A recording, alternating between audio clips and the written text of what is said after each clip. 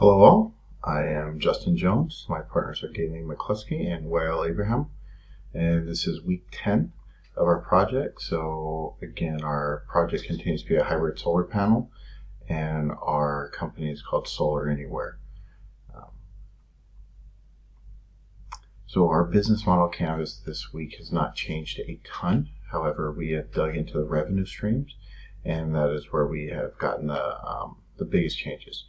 We've added in rebates, wall batteries, charging stations, maintenance plans, a number of different upgrades for revenue streams, as well as learning about PPAs, which is something we had not previously encountered.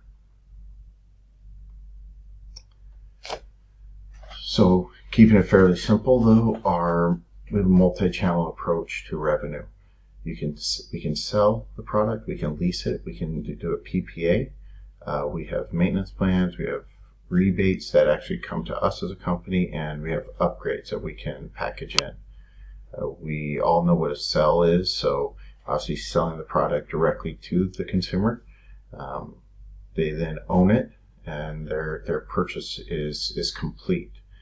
We can also lease it to people, so if we're leasing it to them, we still own it. They pay us a set fee each month that covers the equipment as well as covers the price of the energy. Those fees usually raise 2 to 3% every year over the course of the lease, which is usually anywhere between 15 to 20 years. A PPA is something similar. It's called a power purchasing agreement, similar to a lease where we will still own it. However, they're paying just for the energy that they use. So they have to put something down up front here. They'll be paying for the energy they use. They will still have, they'll still continue to grow usually over the course of every year, 2 to 3% a year. And from a consumer perspective, they're hoping that growth is still less than the utility industry growth. Some of the advantages of the lease and the PPA for us, one of the biggest advantages, we own the equipment. So we get the rebate from the government, the 30% rebate, we get that straight back to us. At the end of those agreements, the leases or the PPA, there's usually some sort of opportunity for the customer to buy the product. And it's usually at a fairly high rate, usually about 2 to 3 times what it costs for us to put it in and for the product itself. So it's pretty much a pretty big win-win for us as a company. We also have the maintenance plans that we can sell. Then we also have numerous upgrades that we can sell. So those upgrades range from car chargers, battery packs, so on. And those are continuing to grow as the industry gets bigger.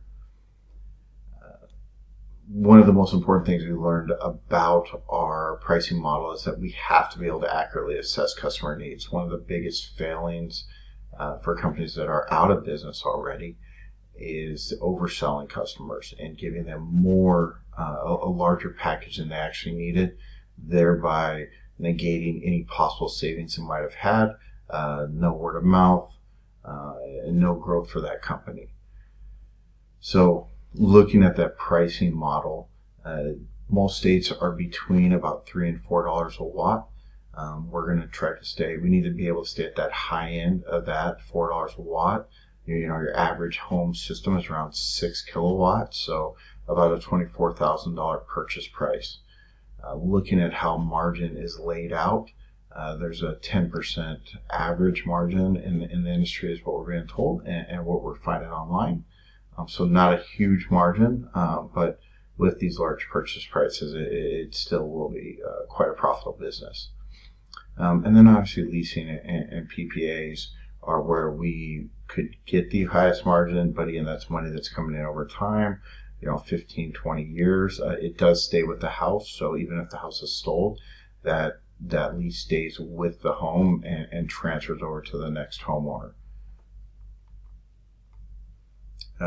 Pretty complex payment flow diagram, but the important part here is that we're going to be taking in money from our customers. We're also going to be taking in money from our government rebates. We have multiple different ways to bring cash in here, and that is it.